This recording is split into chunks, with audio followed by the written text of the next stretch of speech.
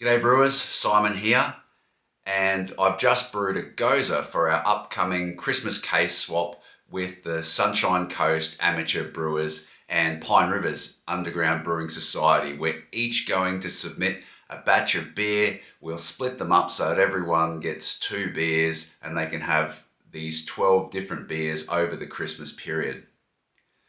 And when I made this, a gozer, the grain bill was 60% wheat malt and 40% Pilsner malt.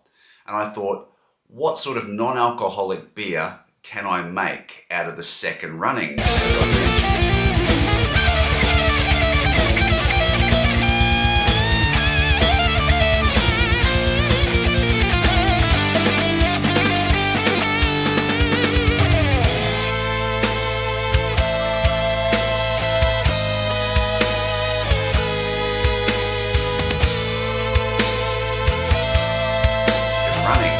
Mentioned before, I often like to use a parti-gyle method to make non-alcoholic beers. If you're unsure what the parti-gyle method is, I'll put a card up in the screen here. You can click on that to watch that video of the process involved.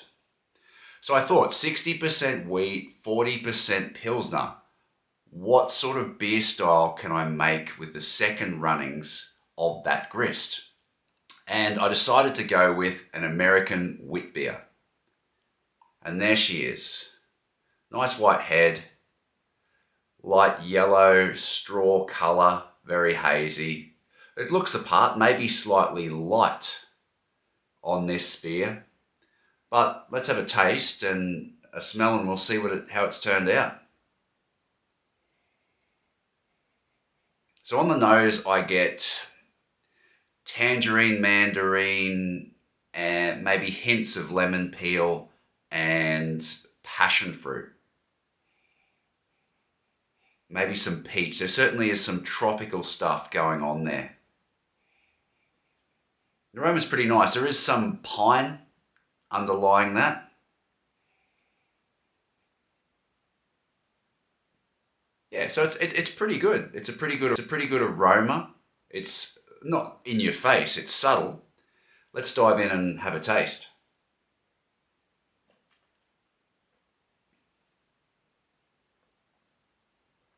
So the mouthfeel's not too bad for a non-alcoholic beer. It did come in a touch under 1% at 0.8%. So it's fairly low and it's light in body, but for the style, for the bitterness, it holds up pretty well. The bitterness is a little bit too much for what I like in this style, especially in a non-alcoholic version. I'd probably, if I did this recipe again, back off the bitterness a little, and I'll go through the recipe in a bit so that we can talk about that process.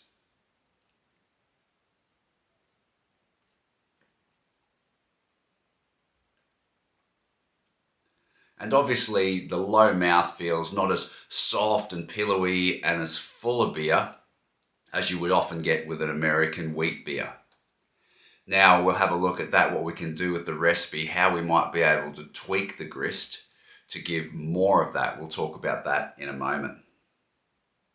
But overall, it's a pretty good starting point. It's a pretty refreshing type beer. It's a soft, easy drinking and nice to have something non-alcoholic like this around.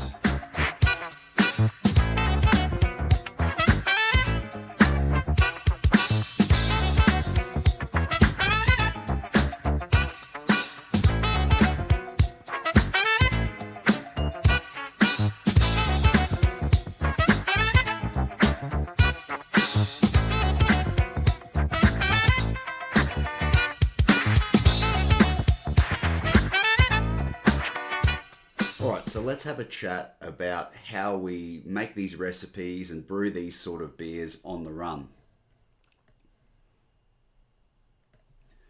So you can see here I've got my American wheat gozer second running. So we're taking the second runnings from that gozer and we're guessing we're going to get a 13-15% efficiency, which means an original gravity of 1010 and a final gravity of 1003.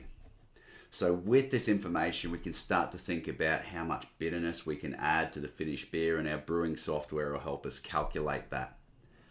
So to end up with my 20 IBUs of bitterness, I've added 25 grams of Cascade, 25 grams of Rawaka, and we're going to add 50 grams of Vic Secret in the dry hop, hoping that these hops will give us a bit of tropical, citrus, grapefruit character to the finished beer to give us just that hint of American wheat hop feel. I'm only adding a 50-gram dry hop because with these sort of beers, less is more. I want a subtle, citrusy, tropical hop finish. I don't want the big, piney, resinous notes of a double IPA, for example. Now let's talk about what I would change in this beer. I've also already mentioned that I'd like a softer feel and a softer water profile. So to achieve that, I would add less gypsum, and I would add more calcium chloride to skew the balance a bit more on the chloride end of the scale. That'll give us a softer mouthfeel and it won't accentuate the bitterness of those hops so much. Now, if you're designing a non-alcoholic beer rather than just working with what you've got, you would decrease this grain bill. You wouldn't have 5 kilos of grain. You'd probably be closer to 2 kilos of grain. And I'd sub out probably a lot of the Pilsner malt for some Dexter malt, which is going to give a more malty, fuller mouthfeel. I'd also look at adding some toffee malt to add some sweetness to the final beer. And maybe even consider adding some oats or something to bump up the mouthfeel in the final finished beer like you would in a hazy IPA, for example. And finally, I'm fermenting this beer with Philly Sour. I know that sounds weird because it's not a sour beer, but I know that when I brew a non-alcoholic beer, I always have to decrease the pH for food safety. When I'm brewing a full alcohol beer like this Goza, oh, maybe not the Goza because that's a sour beer, it's been kettle soured anyway, but let's say I'm doing an American Pale Ale. Usually I can go through, make a 5% beer, not think about pH, add my yeast, and by the end of fermentation I'll have ducked into about a 4.5 pH, which is fine for that sort of style.